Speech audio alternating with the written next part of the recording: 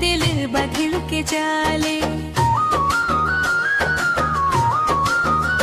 ओ दीदी के देवरवा बड़ा नीक लागे, देखी के ओकरा दिलवा धड़क जाले।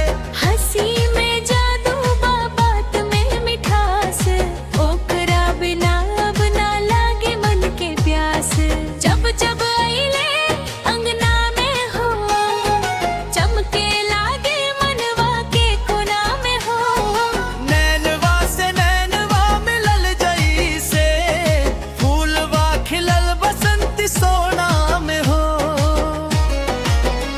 धीरे धीरे वा पड़ल नेहिया के डोर, दिलवा कहे सुन ल सजन मोर। चांद से उजियार लगे चेहरा, देखत देखत हो गइल भोर। दीदी के देवरवा बड़ा नीक लागे, देखी के ओकरा दिलवा धड़क जाले। हंसी में जादू बा, बात में मिठास, ओकरा बिना अब ना लागे मन के प्यास।